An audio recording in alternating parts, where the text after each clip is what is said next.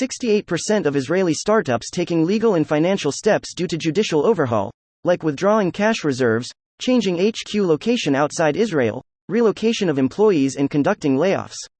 This post received a score of 11,000, with an upvote ratio of 96%. Here are the top comments in response to this article. Independent judiciaries are extremely important to a free market. Google says it's the most important thing. That's what you get when you don't have a constitution. Police chief is going to have a hell of a time deciding who to listen to, Bibi or the court. To be fair, I don't think listening to Bibi has helped anyone, ever. Israelis listening to Netanyahu has helped Netanyahu immeasurably.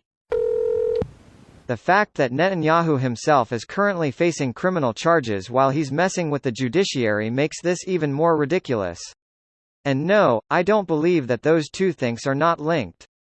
Of course that are. He delayed the reform till now, and it's obvious why, because people can't riot now in the heat of the summer. He's doing an awful job at being a villain. Seems like he is doing a pretty darn good job at being a villain.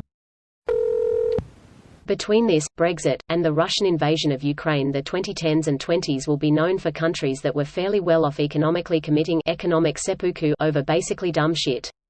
Like seppuku, these acts lead to an inevitable but slow and painful process that once enacted can seemingly not be UN enacted. Right-wing ideology inherently leads to self-destruction. The dumbest of the dumb fall through the filter to right wing. Dumb, ignorant, and gullible. The Tel Aviv startup scene has been super hot. This is a huge loss for everyone. Among all countries, the U.S. ranks 4th in per capita startup investment. The number 1 and number 2 slots go to Singapore and Israel. I get why we use per capita, but holy moly, when we look at total funding for the past year, USA $269 billion, Singapore $8.25 billion, Israel $8.44 billion. The amount of funding going into startups in the USA is nuts. Name a major technology in the last 20 years that didn't come from the US. There's really nowhere else like it.